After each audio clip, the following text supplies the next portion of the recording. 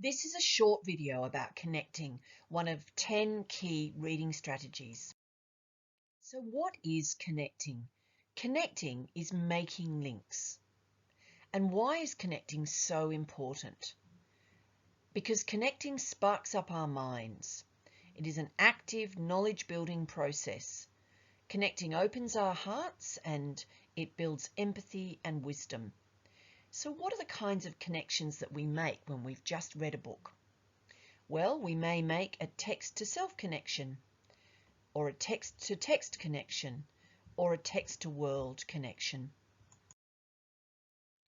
So when we make a text-to-self connection after reading a story or reading some non-fiction, we say that we already know about this and that this connects strongly with me because sometimes we feel it makes a connection because it's happened to somebody that we know, or we might have a strong opinion about it.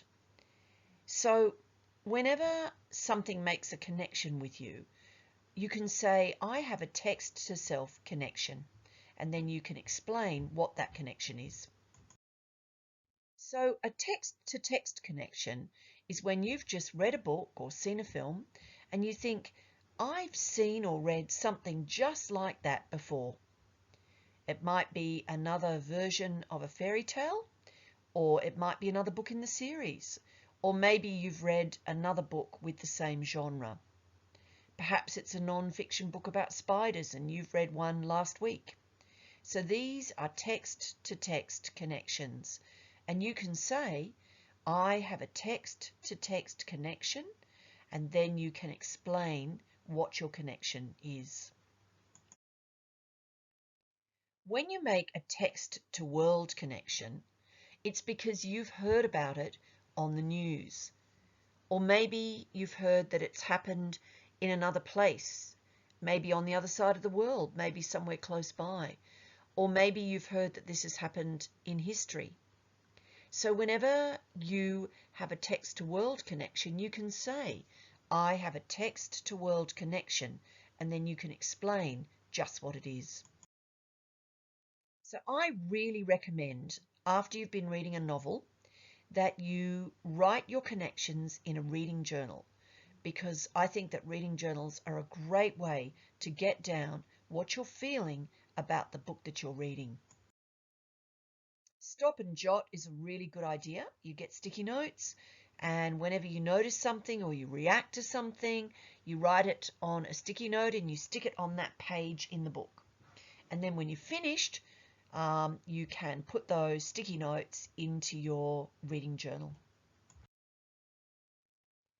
Probably my favorite thing to do in a reading journal is something called double entry journal. On the left, you put quotes from the text that really strike you, and on the right, you put your connections. Double entry journals are not just used for stories.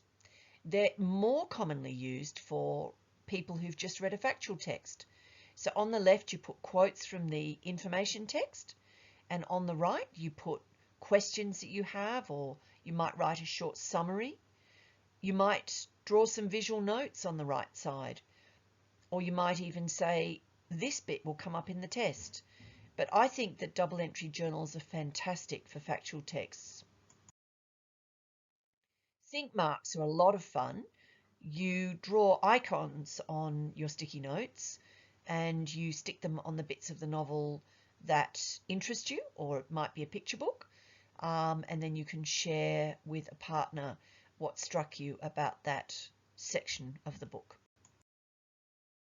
Right angle is a fantastic way of connecting with the theme of a novel or the theme of a picture book. So basically you write the theme at the top of the right angle, and you choose a favorite theme and you write about your connection with it.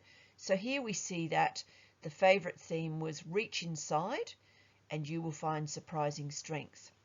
And the connection that the reader made was, when the going gets tough, I'm going to try to dig deep like Harry to find my inner connection. So as a writer, think about writing stories that readers can really connect with.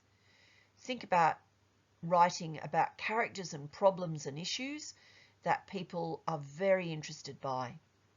Even if the settings and events are unfamiliar, people really enjoy to connect to the main character.